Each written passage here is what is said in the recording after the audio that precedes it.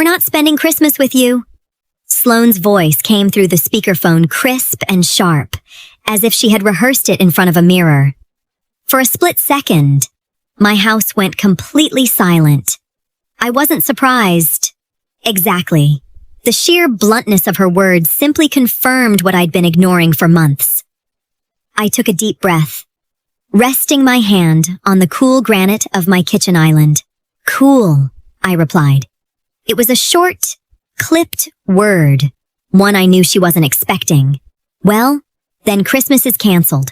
On the other end of the line, there was a strange sound, half gasp, half stumble. I could practically see her imaginary smile freeze. Sloane wasn't used to losing her footing. She gathered herself quickly, but the tremor in her voice was already there. "What do you mean, canceled?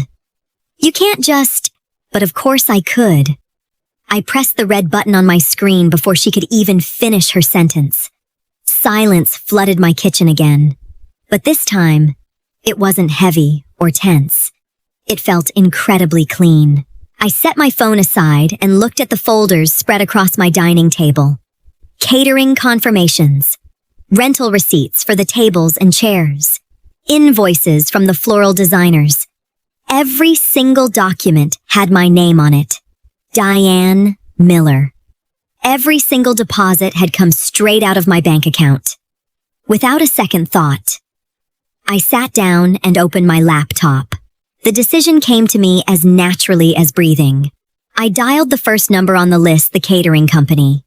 "Hi there.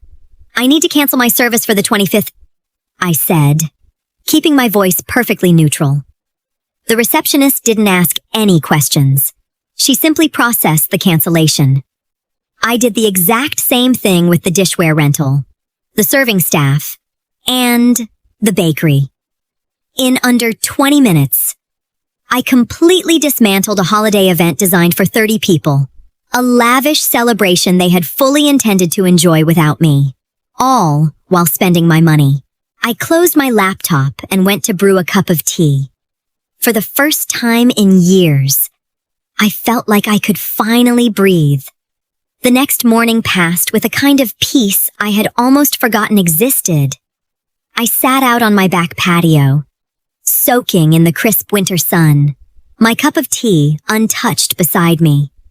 My mind wasn't spinning in circles trying to come up with excuses for my son, Trevor, or justifications for Sloane. I was just looking at reality exactly as it was. For years, I had taken on the role of the family event planner and silent financier. It started out innocently enough as a way to help Trevor get on his feet. But after he married Sloane, it quietly morphed into an expectation. She was the one who picked out the gourmet menus, criticized my table linens for being a little too dated, and dictated the guest list. And I, just wanting to keep the peace, would nod my head and swipe my card. I pulled out my phone and opened my banking app. There was an authorized user credit card attached to my account that I had given Trevor 3 years ago for household emergencies.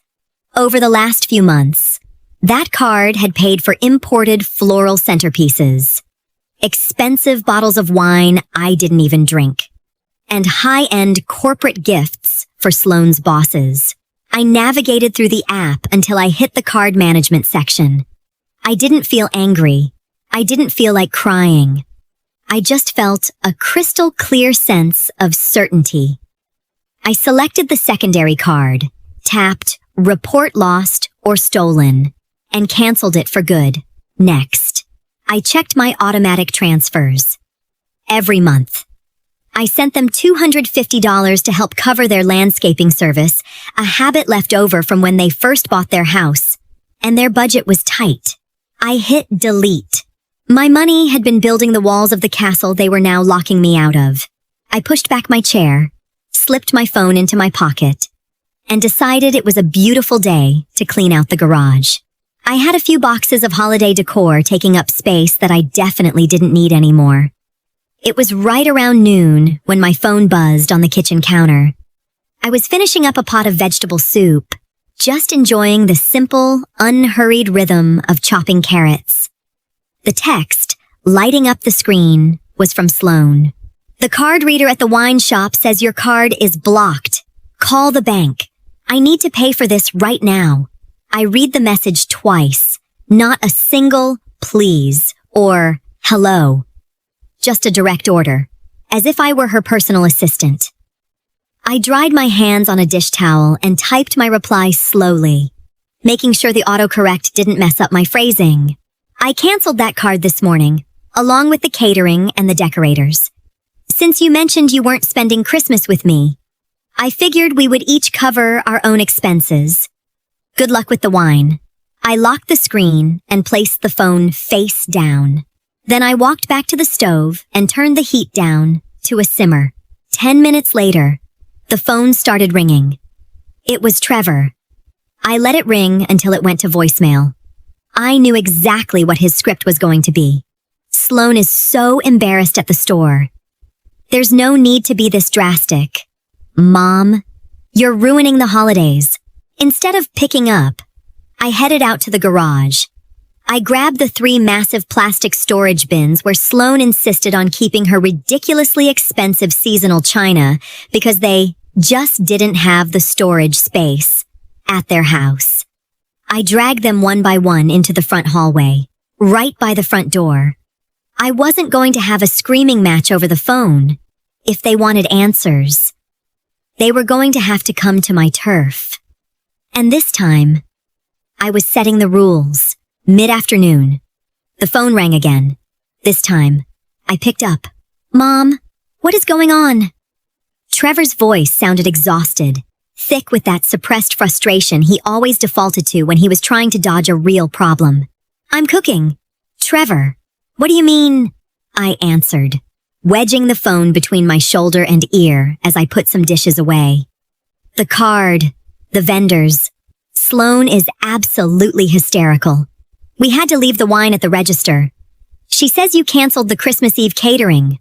Mom, we have 20 confirmed guests. You can't just do this to us at the last minute. I set the plate down on the counter and took the phone in my hand. I haven't done anything to you. Honey, your wife called me yesterday to let me know my presence wasn't required at dinner. I simply acted accordingly. I'm not bankrolling a banquet. I'm not invited to. She didn't mean it like that, Trevor stammered, desperately looking for an easy out. You know how she gets with holiday stress. She just wanted this year to be a little more exclusive. Without me. I finished the sentence for him, without a shred of pity in my tone. I completely understand, and I respect your decision. That's exactly why I removed myself from the planning. You're both adults. You can cook your own dinner or hire someone with your own money. Mom, please, just call the caterer back. I'll pay for it. But just put your card down to secure the reservation and I'll Venmo you. We just don't have the cash to float this right now. No, the Bank of Mom is closed. Trevor, have a good afternoon. I hung up. I didn't stare at the phone or wait for him to call back. I walked into the dining room and looked at the massive dining table I had bought 2 years ago just to accommodate their sprawling guest lists. I made a mental note to call a consignment shop on Monday to sell it. I was ready to claim my space back. The knock at the door came just before dusk. It was rapid, hard, and demanding. I opened it to find Sloan standing there with her arms crossed, her jaw set tight, flanked by Trevor, who was staring hard at his shoes. You completely humiliated me, Sloan snapped, stepping inside before I even invited her in. I calmly stepped aside and closed the front door behind them. I didn't offer them a seat. I just stood in the entryway, right next to the 3 plastic bins I had pulled from the garage earlier. You're acting like a resentful child, she continued, her voice rising. You know perfectly well those vendors only trust your signature on file. Now nobody wants to service our party on such short notice. You ruined my event. Your event, I repeated, nodding slowly. Exactly. It's your event, which makes it your responsibility. Mom, please. Trevor jumped in, taking a step forward. Let's not blow this out of proportion. Just pay the balances. And I swear to you, I will pay you back every single cent next month. Sloan is just really stressed out. I stared right at him. My son, the man who would rather sacrifice his mother's dignity than face his wife's bad mood. I'm not blowing anything out of proportion. Trevor, things are exactly the size that they are. You two decided to exclude me, so I decided to stop paying. It's a simple financial transaction, not a soap opera. I gestured to the storage bins at their feet. By the way, I took some time to organize this afternoon. Here is your seasonal china and those silver candelabras you bought last year. I need the space in my garage. Please take them with you now. Sloan opened her mouth, but nothing came out. She looked at the boxes, then up at me, suddenly realizing that this argument was over before it had even begun. Sloan quickly pulled herself together, grasping for her final trump card. She stiffened her posture and glared at me. If this is just about money, Diane, we'll pay you back. But you need to know that this damages our relationship irreparably. Don't come crying to us to take care of you when you're old and alone. I couldn't help it. A short, quiet laugh escaped me. It was such an empty threat, and we both knew it. Sloan, I've been taking care of myself since Trevor's father passed away. And by the way, I canceled the monthly transfer for your landscapers today at noon, considering you're now going to have to foot the bill for your own groceries, your own parties, and your own lawn care. I highly doubt you'll have the time or the resources to take care of me anyway. Trevor's face went completely pale. You canceled the landscaping money, Mom. We're saving up for the master bath remodel. Then you'll have to choose between a new bathroom and mowing your own lawn, I replied, my voice cool and steady. My wallet is no longer your emergency fund or your savings account. Trevor opened his mouth to speak, but the reality of the math had just hit him like a freight train. For years, my money had spackled over the cracks of them living way beyond their means. The second I pulled the support beams, their whole structure wobbled. Take your boxes, I repeated. I opened the front door, letting the bitter evening wind sweep into the hallway. I have things to do. In total silence, a defeated Trevor bent down and hoisted the first heavy bin. Sloan didn't lift a finger to help him. She just marched out to her SUV with heavy footsteps, her righteous fury clearly replaced by financial panic. Once they shoved the last box into the trunk, I closed the door, threw the deadbolt, and poured myself a glass of wine. The next morning, my phone started buzzing with messages in the extended family group chat. Christmas Eve was only a few days away, and my cousins and nieces were starting to ask about the logistics. Sloan, predictably, hadn't said a word. She was probably scrambling behind the scenes trying to find a way to save face. I decided to get ahead of the narrative. Without rolling around in the mud, I typed a clear, direct message into the chat. Hey family, change of plans this year. I won't be organizing or attending the big dinner. However, I'll be throwing a small, traditional dinner here at my place. If anyone is looking for a quiet, cozy night, my door is open after 8 p.m. Love you all. I left the phone on the coffee table and went to water my house plants. When I came back, my screen was flooded with replies. My sister-in-law, Pam, wrote, "Thank goodness, Diane. Your brother absolutely hates those stiff, catered parties Sloan throws. We'll see you at your place." One of my nieces chimed in, "Can I bring dessert? Aunt Diane. Honestly, I've really missed your cooking." In under an hour, half of Sloan's original guest list had defected to my house. There was no group drama, no awkward interrogation. The family, in their unspoken relief, confirmed what I already knew deep down. They had only been suffering through those artificial magazine cover events out of loyalty to me. They didn't actually enjoy the tense, rigid atmosphere Sloane always demanded. I smiled, pulled out a notepad, and started writing down my own grocery list. It was going to be a Christmas done my way. Christmas Eve arrived without the usual frantic, chest-tightening frenzy I was used to. There were no rigid timelines taped to the fridge, no timers going off every 10 minutes, no panicked calls from lost delivery drivers. My house smelled like roasted garlic, fresh rosemary, and wood smoke from the fireplace. I put a simple but perfect roast lamb in the oven and just let the evening unfold at its own pace. At 8 o'clock sharp, the doorbell rang.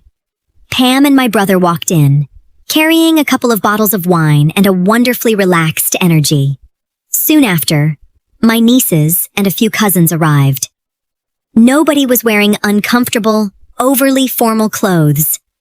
Nobody expected the dining room to look like a Pinterest board. The best part was the natural shift in the dynamic. Without me ever asking, my sister-in-law drifted into the kitchen to help me toss the salads. My brother acted as bartender, pouring drinks, and my niece grabbed the silverware to set the table. I wasn't an event coordinator servicing clients anymore. We were an actual family, sharing the space and the effort. The house filled with genuine laughter, overlapping stories, and a warmth I hadn't felt in my own home in years. I sat at the head of my dining table, the massive one I hadn't gotten around to selling yet, which suddenly felt like exactly the right size, and looked around. I had stopped being useful and finally became valued. Not a single person in that room was there out of obligation. Around 11 o'clock, right as we were passing around coffee and dessert, I heard a soft, hesitant knock at the front door. I stood up, wiping my hands on a dish towel, a sudden, clear intuition telling me exactly who was on the porch. I opened the door, and the icy breeze immediately hit my face. Trevor was standing there under the yellow glow of the porch light. His dark winter coat was unbuttoned, and his hands were shoved deep into his pockets. I glanced past him. The driveway was empty. He had come alone. His face was pale, and the dark circles under his eyes spoke of a few sleepless nights. From inside my house, the sound of his aunt laughing and the clinking of coffee spoons drifted out into the cold air. Trevor closed his eyes for a second. Just listening to that familiar sound, the warmth he had willingly thrown away. "Hey, Mom," he said, his voice raspy. I didn't guilt trip him, and I didn't gloat.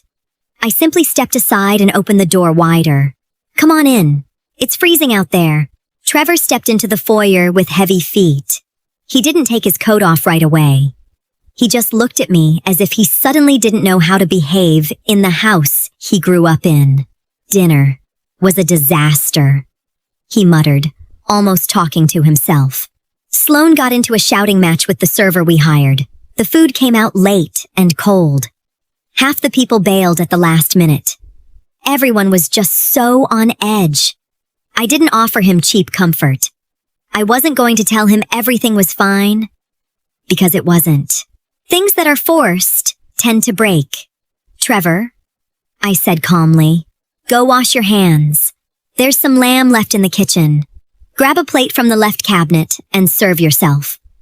He nodded slowly. He understood the message he was welcome here as my son, but the days of me serving his life to him on a silver platter were officially over. Christmas morning broke bright, clear, and bitter cold.